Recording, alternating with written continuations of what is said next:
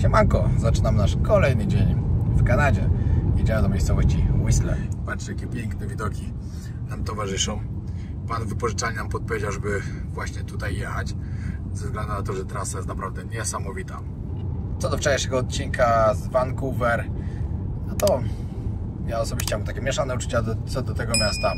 Wiadomo, jedna strona przerażająca, ludzie zombie po fentanylu, a z drugiej strony naprawdę bardzo ładne miasto z pięknymi tam widokami. Także ciężko ocenić, jak było naprawdę, bo tak naprawdę dla nas to jest takie 50-50. Myślę, że jeśli byśmy nie widzieli na samym początku tego, co zobaczyliśmy, lepiej byśmy do tego podchodzili. Pogoda niestety od rana jest jaka jest. Pada deszcz, ale podobno za parę godzin ma przestać. Także powinno być już dobrze. No i pierwsze miejsce dzisiaj jedziemy. Britannia Mine Museum. No i dobra, zaczynamy naszą wycieczkę, chociaż taką prawdziwą wycieczkę z przewodnikiem, która nas zabierze do kopalni. Mamy o 13:00 nasza grupa. O 12:50 mamy się tu spotkać, a teraz mamy jeszcze 40 minut, że możemy sobie tu zobaczyć, co jest dookoła. Jest tu parę fajnych budynków do zobaczenia, także zapraszamy, bo to będzie naprawdę coś fajnego. To jest jedna z najlepszych atrakcji właśnie tutaj w okolicach Vancouver.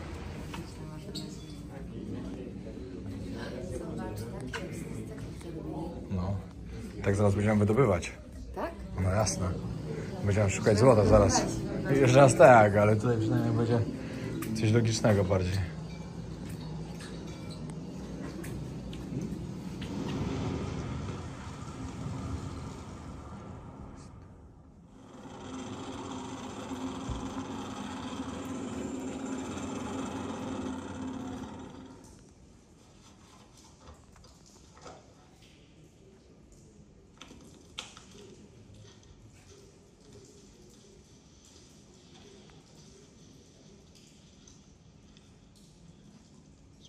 Całkiem niesamowite, prawda?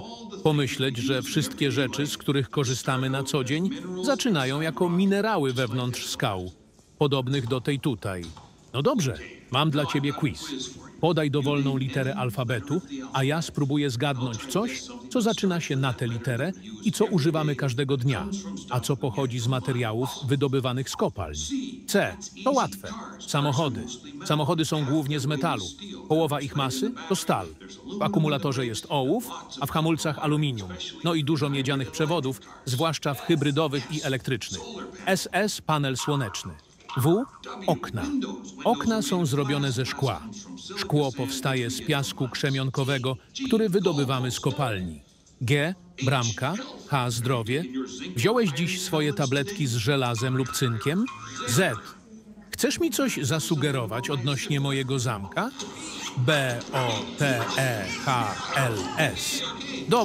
Dobra, rozumiem, ale wiesz, wydobywanie minerałów z ziemi to nie jest nowa rzecz. Działa się od tysiącleci, początkowo dzięki rdzennym ludom wzdłuż wybrzeża. A co z tym miejscem, kopalnia Britannia?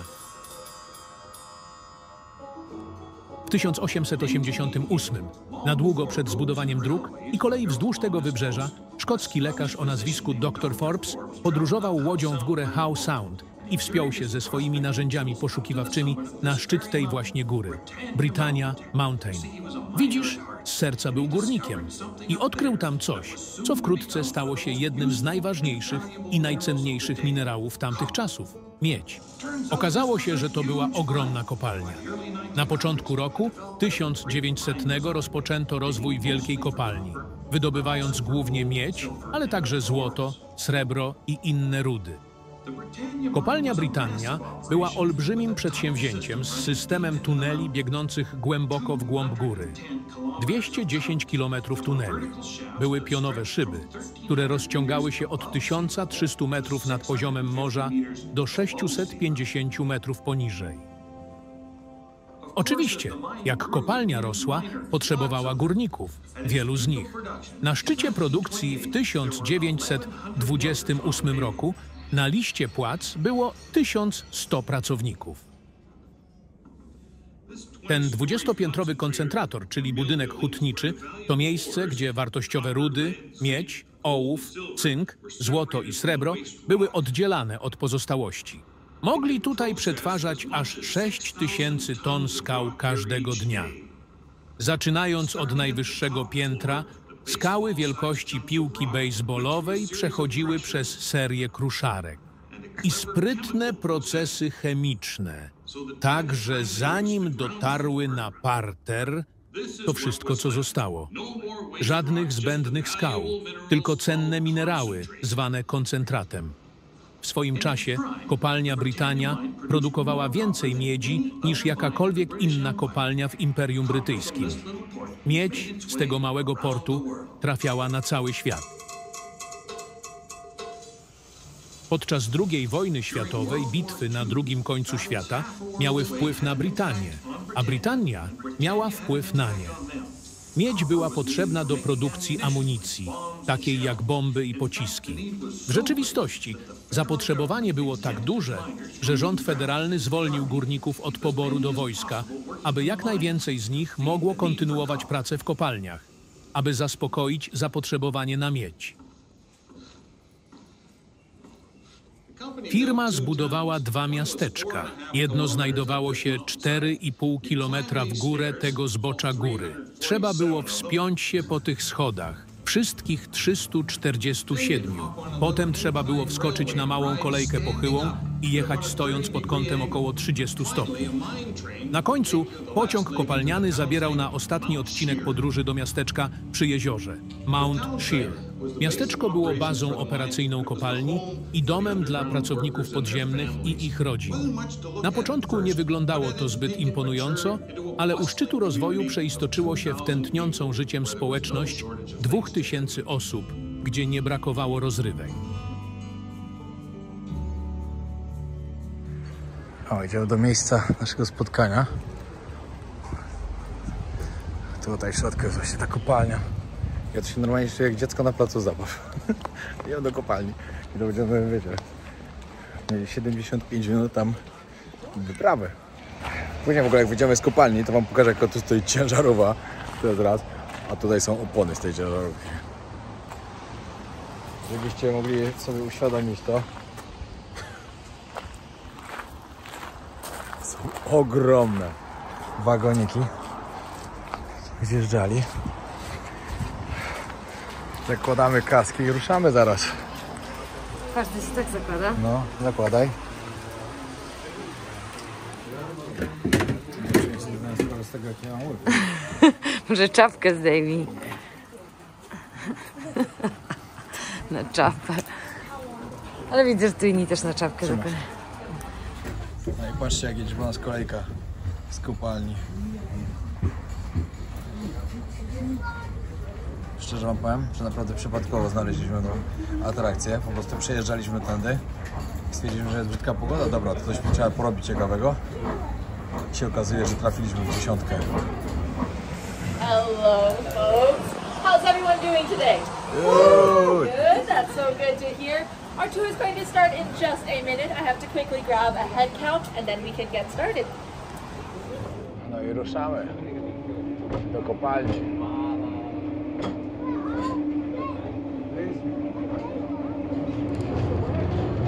Żebyście wiedzieli, że tutaj głównie wydobywali miedź w tej kopalni. To jest główny kruszec, który tutaj wydobywali, ale też wydobywali i złoto, i srebro.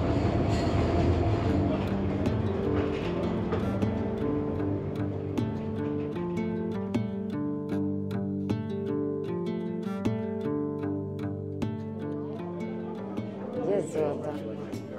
Patrzcie. Widać ładnie. And over here. Tutaj masz kilka kawałków schowanych z boku. Ten jasny, złoty kolor i ta skała tutaj. And this rock right here. Exactly. Dokładnie. Ale ten złoty rdzeń to miedź, tak? Tak, to jest chalkopiryt, więc zawiera miedź. To oznacza, że to idealne miejsce, żeby zacząć kopalnię. Umieszczali stalowe wiertło przy skale i zaczynali kopać. Mam dużo szczęścia, że to nie jest częścią mojego zakresu obowiązków. Używanie tych narzędzi do jakiegokolwiek postępu w górze jest niezwykle trudne. Nawet jeśli jesteś dobrze wyszkolonym górnikiem z dużym doświadczeniem, użycie tych narzędzi może zająć dni, a nawet tygodnie, aby przynieść zysk. W końcu im się udało,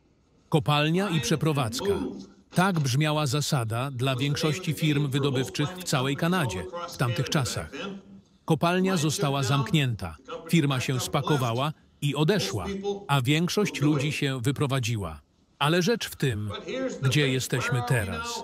Jesteśmy na wybrzeżu Kolumbii Brytyjskiej. I co się tutaj dzieje? Cóż, pada deszcz, pada śnieg, a śnieg się topi i cała ta woda musi gdzieś iść, więc znajduje drogę w ziemię. I dalej w głąb tuneli.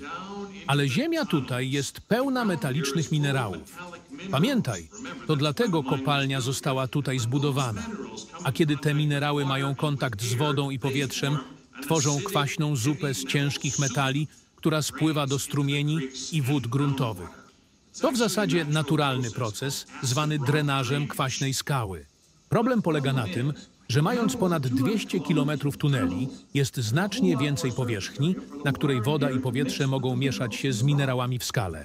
W konsekwencji, aż do kilku lat temu, około 300 kg dziennie rozpuszczonej miedzi i innych minerałów spływało z tych gór do Howe Sound. Więc gdybyś zrobił to wtedy, wow, zobacz, tu są grosze. Mnóstwo groszy. Oczywiście nie było dokładnie tak, ale wtedy było tyle metalu w wodzie, że wystarczyłoby na 100 000 groszy dziennie. Gdybyś był rybą, to byłaby zła rzecz. Trudno w to teraz uwierzyć, ale kiedy kopalnia została zamknięta w latach 70., spełniała ówczesne normy środowiskowe. Co się zmieniło? Jak to się stało, że jednego dnia zanieczyszczenie było akceptowalne, a następnego dnia Britannia Beach miała reputację jednego z największych źródeł zanieczyszczenia morskiego w Ameryce Północnej? Lata 70. w Kanadzie były znane z kilku rzeczy. Świetne poczucie mody i rosnąca świadomość ludzi takich jak ty czy ja w kwestiach środowiskowych i społecznych. Ja wam szczerze jestem naprawdę ucieszony, że odwiedzałem taką prawdziwą kopalnię. Ze względu na to, że ja mieszkam w Bielsku-Białej, całkiem niedaleko od Śląska. Bo my nie jesteśmy ze Śląska. Podkreślam od razu, jeśli ktoś by chciał tak powiedzieć. Jesteśmy Hanysami, ale oczywiście nic nie mam, bo mam bardzo wielu znajomych kolegów Hanysów. Ale Bielsko-Biała to są już górale, nie Hanysy. Ale na Śląsku, jak wiadomo, jest masa kopalni, bardzo dużo. Tych, które funkcjonują i tych, które już nie funkcjonują, bo są zamknięte. Ale nigdy w życiu nie miałem okazji być w środku w kopalni. Jedyna kopalnia chyba, w jakiej byłem, to była w Rumunii. Dziewiczka. No tak, no ale mówię o takiej kopalni, takiej jak tutaj widzimy. Nie byłem nigdy i cieszę się, że fajnie to wszystko nam przedstawią po kolei, jak wyglądał cały proces tego. Jak to wyglądała praca i tak dalej. Jesteśmy w tej części tunelu. Mogę wskazać tę kupę skał tam. Te skały to to, co zostanie po wybuchu dynamitu, a to jest 46 ton gruzu. Mają bardzo szczególną nazwę w przemyśle wydobywczym. Nazywają je gruzem albo rubble, a ludzie, którzy go sprzątają, są nazywani muckerami. W 1904 roku nasi muckerzy znowu dostali bardzo prosty, tani i łatwo dostępny narzędzie, aby pomóc im sprzątać cały ten gruz. Czy ktoś może mi powiedzieć, co to takiego? Łopata. Niesamowita odpowiedź, przyjacielu, ale nie do końca. Wolą to nazywać Max Cooper. Proszę nie pytajcie mnie o różnicę między tym a łopatą. Nie mogłabym ci powiedzieć. Szczerze mówiąc, nie sądzę, że jest jakaś różnica, ale na dziś pozostaniemy przy Maxstick. Oczekiwano, że użyją tego Maxstick do sprzątania tej kupy gruzu w ciągu jednego dnia. Zespół do 6 makerów. Godzina. Sprzątanie do 16 ton skał na osobę. Ten wózek tutaj pomieści 2 tony, więc napełniali 8 takich wózków na jednego makera w zaledwie godzinę, używając tylko tego Maxstick. Kto się czuje na siłach do takiej pracy? To dość typowa odpowiedź. To nie była popularna pozycja i z tego powodu była to nasza najniżej opłacana pozycja. Jeśli byłeś nowy w górnictwie w ogóle, to była praca, którą byś dostał. Większość naszych makerów była świeżo po przyjeździe z Vancouver i zaraz po szkole średniej. I to robili. Nie trwało to długo. Większość z tych mężczyzn pracowała tylko jedną zmianę, zanim wrócili statkiem do domu i znaleźli inną ścieżkę kariery. Teraz wypłata z tej jedynej zmiany mogłaby ich utrzymać przez kilka miesięcy, jeśli się postarali. Więc nasza początkowa, najniżej opłacana pozycja to była praca, którą byś dostał. Sama też bym skorzystała z tej oferty, ale firma widziała problem z tym wysokim wskaźnikiem rotacji, w końcu sprowadzając maszynę, aby trochę ułatwić sprawę. To nazywa się Mac Machine. Oprócz kreatywnej nazwy jest niesamowicie efektywna w swoim zadaniu. Może oczyścić to miejsce w godzinę z znacznie mniejszym nakładem siły roboczej niż MacStick.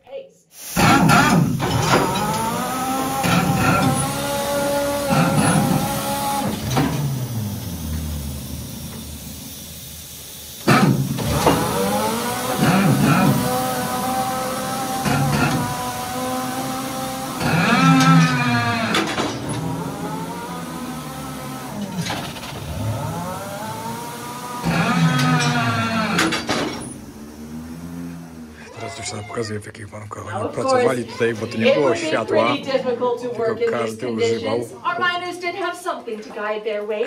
tylko czołówki.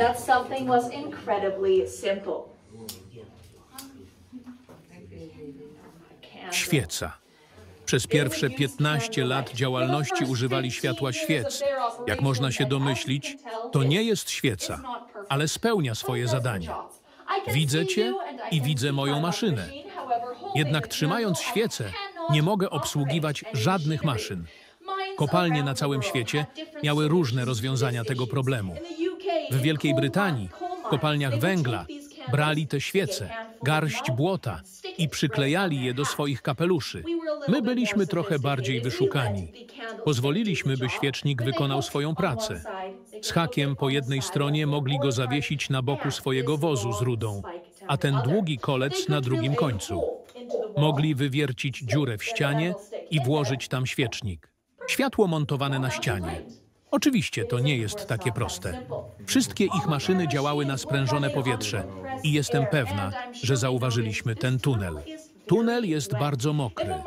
Jeśli górnik tutaj obsługiwał maszynę i kropla wody lub podmuch wiatru zgasił tę świecę, nie mógł jej ponownie znaleźć, by ją zapalić i kontynuować pracę. Nie tylko było to niesamowicie niebezpieczne, ale także powodowało ogromne straty produkcji. Dlatego w końcu wprowadzili dużo bardziej niezawodne źródło światła. Lampę karbidową. W dolnej części ma minerał zwany karbidem wapnia, a na górze można dodać trochę wody. Gdy te dwa składniki się zmieszają, powstaje gaz zwany acetylenowym. Teraz gaz acetylenowy jest niesamowicie łatwopalny.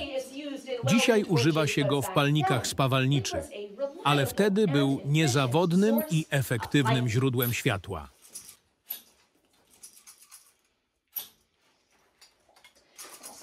Czasami nie działały tak dobrze.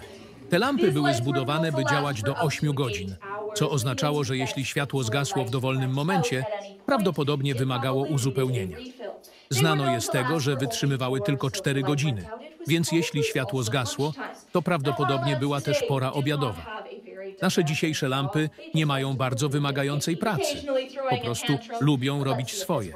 Czasami rzucają focha, ale sprawdźmy, czy to działa trochę lepiej. Interesujące. No i proszę, potrzebowała tylko trochę miłości, ale można dokładnie zobaczyć, jak wydajne to było w porównaniu do świecy.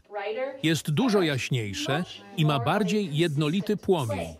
Te lampy karbidowe były bardzo lekkie i jak można zauważyć, działają trochę jak latarka. Nasi górnicy lubili ich używać, bo mogli ich używać jako lampy czołowe. To jest oczywiście całkiem wydajne, ale mam na sobie rękawice ognioodporne, ponieważ te lampy czasami nie działają zbyt dobrze. Bywa, że działają za dobrze i wtedy zapalają się lub nawet wybuchają. Na szczęście teraz nie ma tego problemu, ale nasi górnicy nosili je na bawełnianych czapeczkach.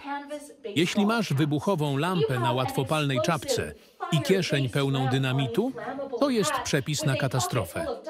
Na szczęście w Brytanii nigdy nic złego się nie stało, ale rząd kanadyjski w końcu dostrzegł problem z otwartym ogniem pod ziemią i zakazał ich w XVI wieku, zastępując je czymś trochę bliższym temu, co znamy i używamy dzisiaj.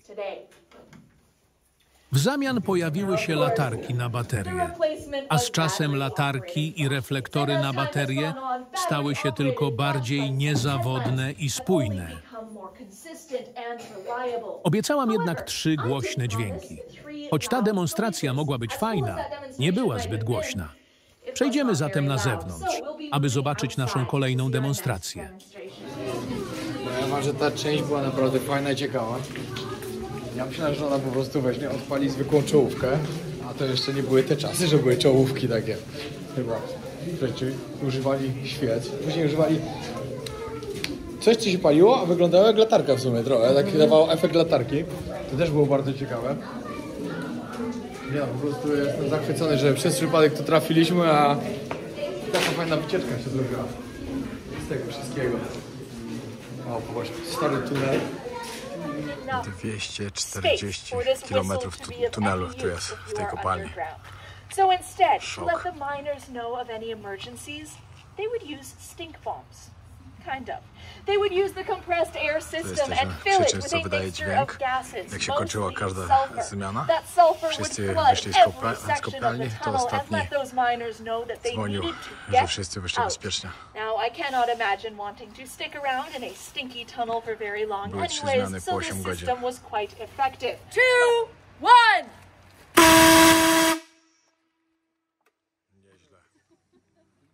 Nieźle, no. Nice and effective. Serio. I do have to give a big shout out to the folks. Było, bo już zasłoniłaś, ja nie zasłoniłem. Dzwoniłam, a i tak było głośno. Mnie to się w głowie zaczepało tego. No. Ciekawa wycieczka. Bardzo. Ale musimy Dopiero w połowie. kiedyś, no bardzo, no tak, ale musimy kiedyś w Polsce do kopalni jakieś na Śląsku pojechać. Musimy załatwić, że nas ktoś zabrał. To naprawdę też mógł być bardzo ciekawy odcinek, żeby pokazać, jak pracują górnicy w kopalniach w Polsce. Tylko pewnie bardzo ciężko się dostać do takiego czegoś i zrobić taki materiał. Ale może jak ktoś z Was ma wtyki, to dajcie znać. Z chęcią bym przyjechał zrobić taki odcinek. Dobra, teraz jest ciekawa sytuacja. To są przykładowe domki, jakie tutaj były wybudowane dla rodzin górników, którzy tutaj pracowali. Wynajęcie takiego domku dla rodziny to było $6 za miesiąc, z czego górnik zarabiał $3 dziennie, czyli 2 dni pracy tak naprawdę mieli. Ale co jest ciekawe, nie każdy tutaj przyjeżdża z rodziną. Byli też górnicy, którzy po prostu tutaj przyjeżdżali pracować i oni za łóżko płacili $2,5 za miesiąc. Ale co jest najciekawsze w tej całej sytuacji, że na jedno łóżko przypadało 3 górników. Górnicy pracowali na 3 zmiany po 8 godzin. I to łóżko cały czas było eksplorowane. Jeden po 8 godzin, później przez 8 godzin... Eksplorowane? Eksplorowane, no bo... Eksploatowane. Eksploatowane. No dobra, eksploatowane. No. Eksplorowane to odkrywane. Eksploatowane. No może ktoś odkrywa. Używane, no. Używane. I patrzcie. Jeden po 8 godzin, później na 8 godzin musiał sobie gdzieś iść, a później 8 godzin spędzał w pracy. Lub na przykład po spaniu już szedł do pracy i później miał wolne. I cały czas te 3 osoby przychodziły, cały czas w tym łóżku ktoś był, co 8 godzin się zmieniali. No także wyobraźcie sobie, jak musiało w tym łóżku w ogóle wyglądać i pachnieć i w ogóle nie wspomnę o tym. Ale to jest ciekawe, że wiecie, no oni tak naprawdę no cały czas, ta pani tak śmiesznie to powiedziała, że to łóżko cały czas było ciepłe, że ono nigdy się nie robiło zimne, przez to, że cały czas ktoś w nim spał. 24 godziny na dobę, po 8 godzin wymieniali się i tam spali. Ciekawe. Dobra, teraz wchodzimy do serca tej kopalni, do głównego budynku. Co ciekawego powinniście wiedzieć? Tak, w 1904 roku wyglądała ta kopalnia. Była za mała, znaczy ten główny budynek był za mały. Później zbudowali większą, która niestety nie była odporna na pożar i spłonęła. I taka powstała dokładnie, ta, do której wchodzimy w 1923 roku. I tak wyglądała. Wow. Wow, serio. Tu się musiało dziać, jak tu była robota.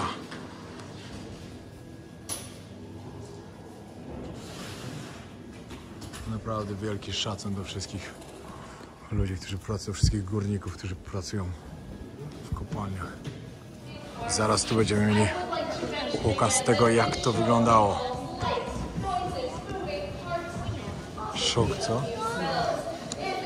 Niesamowite miejsce, fajnie to jest zrobione, co? Totalnie. Nie dziwię się, że to jest jedna z lepszych atrakcji tutaj w okolicy, bo jest niesamowita. To jest w ogóle bardzo tanie w takim razie. Jak za taką atrakcję między samo szukanie złota, to płaci się 30. Okej, zaczynam. Witamy w Brytanii, niegdyś jednej z największych kopalni miedzi na świecie, przy młynie numer 3, który swego czasu był jednym z najwydajniejszych i najnowocześniejszych zakładów obróbki miedzi. To właśnie dlatego to miejsce zostało zbudowane.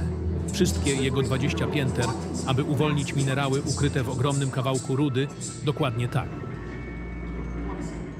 Musisz to włożyć.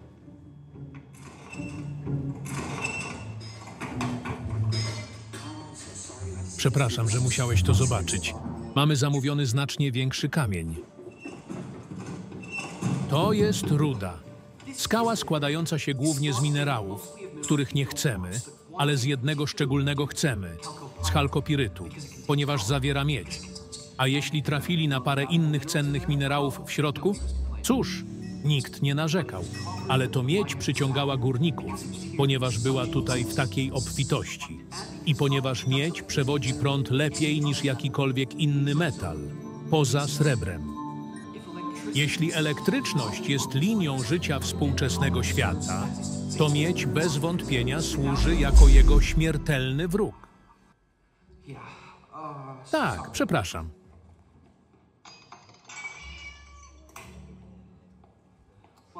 Chyba rozumiesz, o czym mówię. W swoim czasie ten młyn zaliczał się do najlepszych w wyciąganiu tych miedzianych minerałów ze skały, a ta efektywność była wpisana w projekt budynku. Każdy etap procesu koncentracji był zlokalizowany poziom poniżej poprzedniego kroku, tak że grawitacja zawsze pomagała przesuwać ciężką rudę w dół, a potrzeba było wiele rudy, żeby zdobyć odrobinę miedzi. Ale przez lata inżynierowie w Brytanii byli coraz lepsi w ekstrakcji. Do czasu zamknięcia młyna wydobywali 97% całej miedzi z rudy. W sumie Brytania wyprodukowała 1,3 miliarda funtów rafinowanej miedzi. To ten sam ciężar, co 43 000 szkolnych autobusów. Tak, pustych autobusów szkolnych. Więc jak to zrobili? Jak właściwie wydobywali miedź ze skały? Myślałem, że nigdy nie zapytasz. Pokażę ci.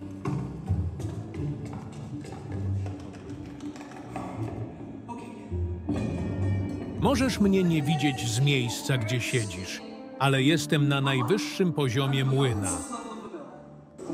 Pierwszym zadaniem było rozdrobnienie dużej bryły rudy w procesie zwanym kruszeniem.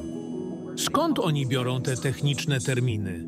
Chociaż dziś to miejsce wydaje się puste, kolosalne maszyny do kruszenia. Pierwsza była maszyna zwana kruszarką szczękową, co jest dokładnie tym, co sugeruje nazwa. To zestaw szczęk, jak ogromny dziadek do orzechów. Rozbija większe kawałki skały na mniejsze, wielkości piłki do softballu. Cała ruda była potem przesyłana do drugiej maszyny zwanej kruszarką stożkową. Jak olbrzymi młynek do pieprzu, miażdżyła ona piłki do softballu na jeszcze mniejsze kawałki, wielkości winogron. Stąd taśmociągi przenosiły pokruszoną rudę do młynów. To tutaj skała trafiała do dużych, obracających się bębnów wypełnionych stalowymi prętami lub kulami, jak ta tutaj. Jest cięższa niż pamiętałem. Kule toczyły się wewnątrz bębnów i rozbijały skałę na jeszcze mniejsze kawałki. Stamtąd przechodziliśmy do wtórnego mielenia. Teraz zmieszane z wodą ziarna rudy były przenoszone do kolejnych młynów kulowych. Jak widzicie, było ich dużo. Ruda była następnie rozdrabniana do konsystencji drobnego piasku w wodzie. Ale teraz wszystkie różne ziarna mineralne w tej błotnistej zawiesinie musiały zostać posortowane. I tu się robi naprawdę ciekawie. Oni naprawdę znaleźli sposób, by sprawić, że skała unosi się. Nie, niektóre z nich. W tym miejscu mieszanka pokruszonej skały i wody była wlewana do koryt. Dodawano pewne olejki aromatyczne. Tutaj w Fortuny lubią używać wapna. Następnie do dna koryt pompowano powietrze, by tworzyły się bąbelki. Kiedy bąbelki powietrza unosiły się przez ciecz, fragmenty minerału miedzi przyczepiały się do nich i były wyciągane na powierzchnię, podczas gdy inne minerały opadały na dno. Bąbelki bogate w miedź pozostawały na powierzchni, gdzie można je było usunąć. Ta mieszanka często wypełniała młyn zapachem oleju sosnowego. Czwarty etap – odwadnianie. Odbywał się właśnie tutaj. Piana była kierowana do dużego drewnianego zbiornika, gdzie tym razem minerały miedzi osadzały się na dnie. Ta błotnista mieszanina była następnie kierowana do kadzi, gdzie woda była wyciągana przez płótno filtrujące, pozostawiając po sobie coś w rodzaju minerałowego ciasta zwanego koncentratem miedzi. Ale to nie jest ciasto, do którego chciałbyś włożyć puszkę, bo tak właśnie wygląda. To było wysyłane do hut, by zostać przetworzone na czysty metal miedziowy. Tak wygląda proces. Tak to młyn numer 3 zamieniał skałę w koncentrat miedzi. I mniej więcej w ten sam sposób przetwarzamy minerały dzisiaj, by uzyskać metal, z którego korzystamy na co dzień. Ale wiesz, ten młyn był także sercem społeczności. Dla mieszkańców Britannia Beach grzmot mechaniczny wydobywający się z tego budynku dniem i nocą musiał być dziwnie uspokajający. Ponieważ gdy słyszeli te dudniące dźwięki, wiedzieli, że gospodarka kwitnie, kopalnia produkuje i będą mieli wypłatę na utrzymanie rodzin. Oczywiście, tutaj, w środku młyna, było zupełnie inaczej. Czasami było tak głośno, że pracownicy ledwo słyszeli swoje myśli. Chciałbym jakoś pokazać wam, jak naprawdę głośno tu było. Poczekajcie, zostańcie ze mną. Spróbuję coś zrobić tutaj.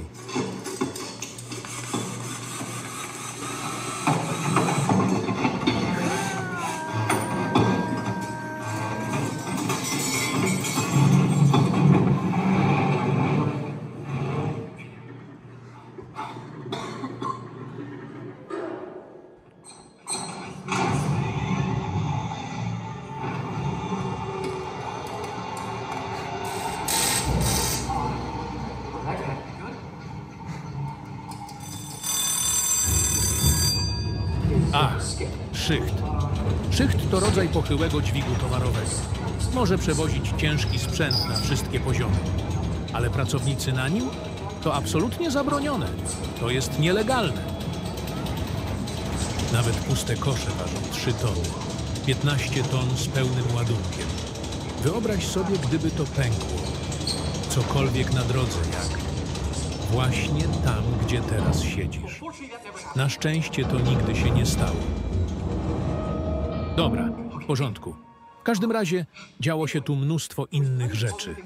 Na przykład stale naprawiali sprzęt lub instalowali coś nowego, by poprawić koncentrację systemu.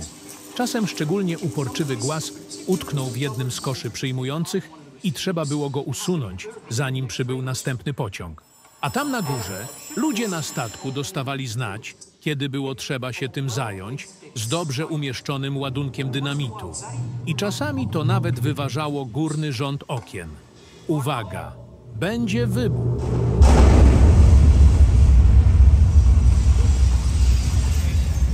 Dobra, rozumiem. Nadjeżdża pociąg z rudą.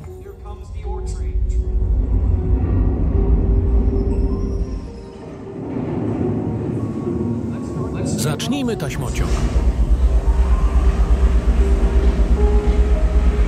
A teraz kruszarka szczękowa.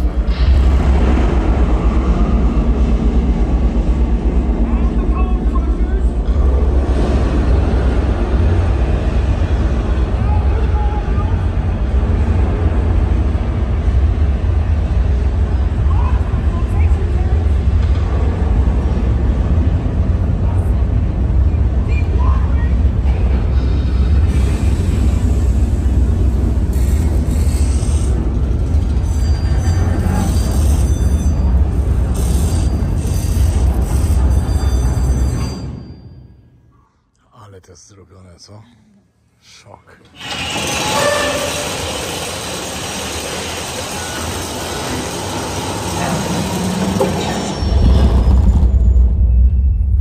Chyba tak nie wyhamowało. Wszystko w porządku? Może zrobimy tę ostatnią część razem. Dobra?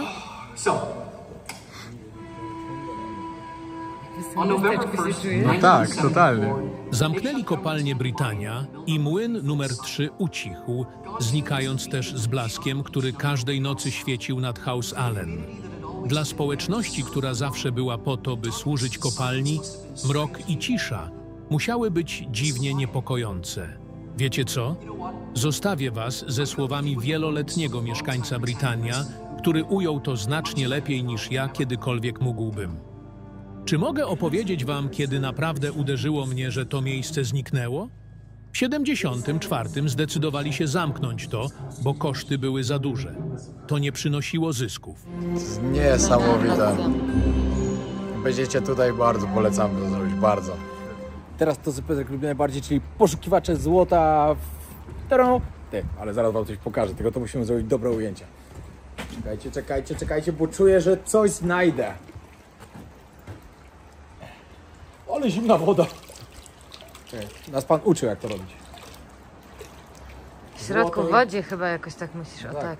Złoto jest bardzo ciężkie. Nie pamiętam teraz, jakie to były liczby, ale chyba z 20 razy cięższe od kamieni. Ile? Od wody tam? Ja to w poprzednim odcinku na Alasce. Gdzieś tam na Alasce, jak byliśmy w mieście Skagway, gdzie była właśnie gorączka złota. Czekajcie. przyspiesz troszkę. Próbuję. Co, masz coś? Chyba ludzie to już wydobyli całe to A złoto. co chciałeś pokazać? To właśnie jak wydobywasz, tak? No chciałem pokazać złoto, ale chyba już tu ukradli wszystko. Nawet kawałka nie było. No trudno, tym razem nie będę bogaty. O, tu macie pokazane dokładnie, jak to się robi. Gold penny has been popular since 1800 roku. Tak, no złoto jest cięższe od wszystkich innych minerałów. Moi drodzy, teraz patrzcie to, jak wyglądały ciężarówki, jakim się dalej takie używają. Patrzcie to.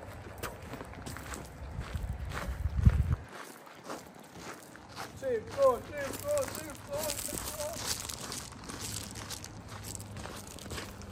Ona jest ogromna.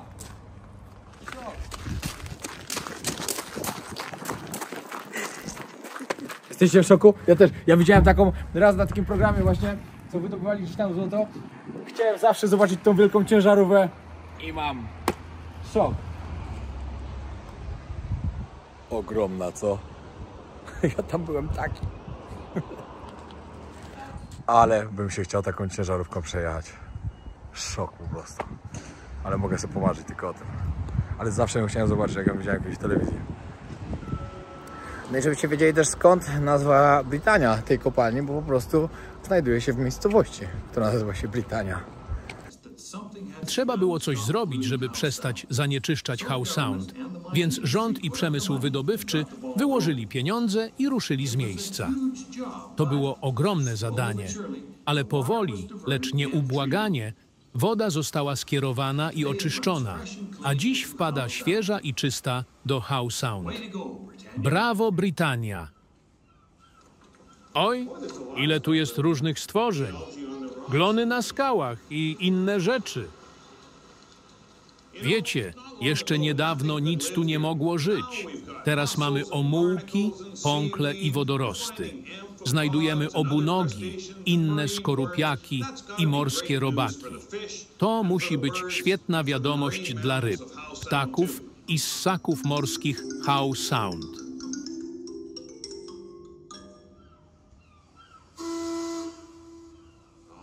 Miło słyszeć znowu dźwięk starej syreny kopalni i widzieć odnowiony budynek młyna. Ale czego można się nauczyć z tej historii? Kopalnia Britannia była jednym z filarów przemysłowych Kanady, ważną kopalnią swoich czasów. Tysiące ludzi ciężko pracowało tutaj, aby dostarczyć światu niezbędne metale. A oto ciekawostka. Czy wiedzieliście, że większość miedzi w obiegu jest dziś poddawana recyklingowi? Więc możliwe, że masz coś, co rozpoczęło swoje życie tutaj, w tej kopalni. Ale Britania to nie tylko historia z przeszłości. To także lekcja, jak zmieniły się czasy i jak zmieniło się górnictwo w Kanadzie dzięki lepszemu zrozumieniu jego wpływu na środowisko.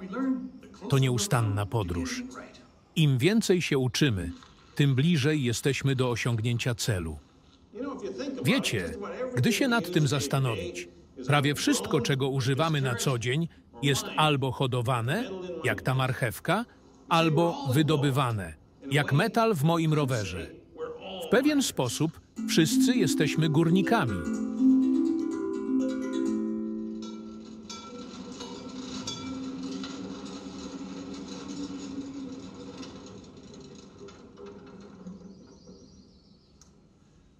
Okej, mam nadzieję, że spodoba wam się zwiedzanie reszty muzeum, a kiedy wrócicie do domu, rozejrzyjcie się. Zobaczcie, ile innych rzeczy możecie znaleźć, które mogły zacząć jako kamień w górze, jak ta. Dobrze, to masz dla mnie ostatnią literę? M. Mam coś na to. A co powiecie na muzykę?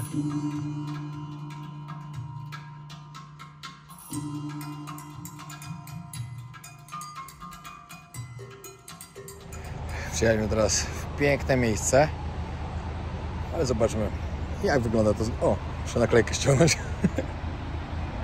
Zobaczmy, jak to wygląda z góry.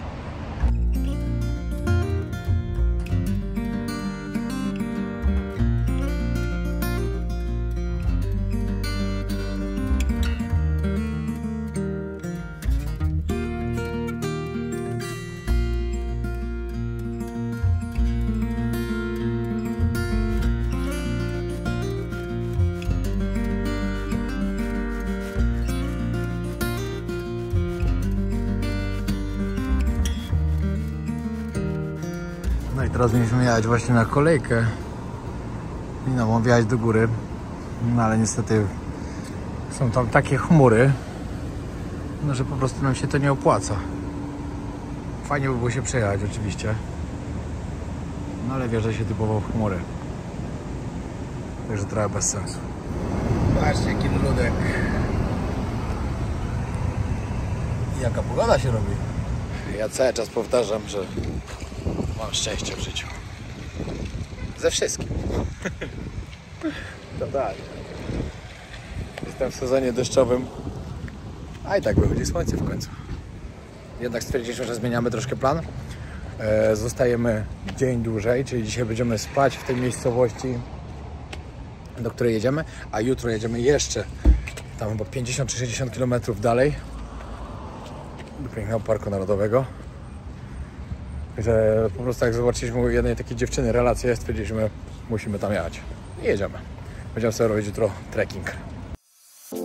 Inwestycyjnie jest to nasz na ten moment najlepszy projekt przy Kata Beach, gdzie turyści są cały rok, pośród sklepów, restauracji i innych atrakcji. Jest również dobra opcja spłaty, gdyż wpłacamy tylko 30% wartości mieszkania plus 12 000 złotych opłaty rezerwacyjnej, a 70% przy oddaniu apartamentu do użytku. W momencie oddania apartament będzie już miał wartość 30% większą, jak teraz cena zakupu. Mieszkania będą w pełni umeblowane wraz ze sprzętami elektronicznymi i AGD.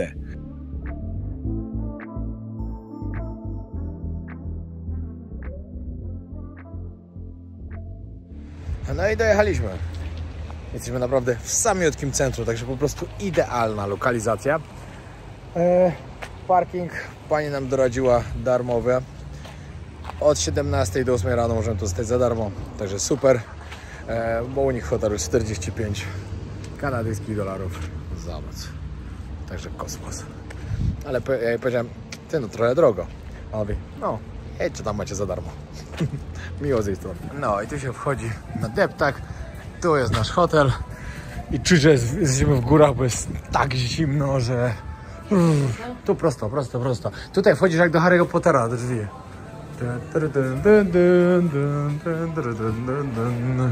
Do góry. No tak backpackersko tutaj, bo dzisiaj śpimy w hostelu. Ja. O, patrzcie, tutaj na narty się schować można. Zaraz wam pokażemy, jak mieszkamy. To jest dość fajny hostel. Naprawdę. No, 67 jest nasze. No, ale to nie jest zamykane. Nie mamy... Dawaj, otwórz. I patrzcie, jak to wygląda. Takie mamy podwójne łóżko hostelowe. Gdzie to się zapala? Super wygląda. Tutaj mamy taki barek. Żebyście wiedzieli, my jesteśmy w kurorcie narciarskim. Ta miejscowość słynie z tego, że ludzie tu przyjeżdżają. Nie tylko narciarskie, ogólnie No, sporty zimowe. sporty zimowe ogólnie, no. Fajnie. Snowboard też. Fajnie, wyszliśmy akurat na zewnątrz i się ulewa zrobiła. No cóż. No w końcu musiał nas dobra pasta musiała się skończyć. I tak szok, że dopiero teraz. Tak, ale spokojnie. Przeczekamy chwilę, pójdziemy sobie gdzieś siąść. Chodź, siędziemy gdzieś, ja sobie się napiję kawy najwyżej. Do którego? Tutaj, najbliżej. Jesteśmy zachwyceni tym hostelem. To może przelotna, jakaś chmura może akurat. I jutro... Słońca, ale nie. Ej, a ty sprawdziłaś, gdzie jest ta kolejka? Gdzieś tu niedaleko? Jutro powiedziała na kolejkę? Góry, ale no to nie, no to tak się nie da. Doleje. No nie teraz, ale jutro sobie tam jedziemy, bo jutro ma być słoneczna pogoda. Dzisiaj też tam No jest? właśnie nie będzie jutro słonecznej pogody. Miało być takie słońce za chmurami, a tylko od 7 i o 8 będzie słońce, więc chyba może być ciężko. To tak, zobaczymy. No, ale tak, i później idziemy na trekking. Widzieliśmy tu, ale to dalej, już poza miastem. No to jeszcze kawałek. Tak, będzie trzeba tam dojechać. To park narodowy. Bardzo ładny. Ej, centralnie w minutę przestało padać. Ala się poskarżyła, że mamy pecha i przestało padać. Właśnie sobie chodzimy po mieście, po centrum. Wszędzie dookoła są wyciągi narciarskie. Powiem wam, że naprawdę... O, Hilton tu jest. Powiem wam, że naprawdę chciałbym tu być w zimie. Musi być naprawdę niesamowite miejsce. Tutaj właśnie znaleźliśmy kolejkę i wszystkie trasy tutaj jakie są właśnie stąd. Jest ich trochę. Tutaj kolejna. Zima to musi tu być nieziemska. Patrzcie, jaka piękna tęcza się zrobiła. W ogóle wam nie mówiłem jeszcze, ile daliśmy za ten hostel. Za noc, za dwie osoby 268 zł. No, a tak tutaj wygląda wieczorem. No, szału jakiegoś nie ma, szczerze mówiąc, bo nie ma ludzi. No wiecie, to nie jest sezon. Sezon tak naprawdę to tu jest w zimie, no chociaż lecie też niby, ale wiadomo, że nie, no ludzie jednak przyjeżdżają tutaj w zimie jeździć na nartach i na desce. No ale co do ceny hostelu, to za tą jakość taka cena Rewelacja. i w Kanadzie rewelacja, naprawdę. Kończymy tego vloga. Co? Musimy być cicho, bo już jest po ciszy nocnej. Nie, jeszcze nie ma 10. Jest 10, już po 10:05. Która? 10:05. Aha, no to musimy kończyć. Trzymajcie się, pozdrawiam serdecznie. Jutro zapowiada się naprawdę ciekawy dzień. Pamiętajcie, lajku, subskrypcji i komentarzu. To Ali Brzuch. To nie obcy, to Ali Brzuch. Pozdro.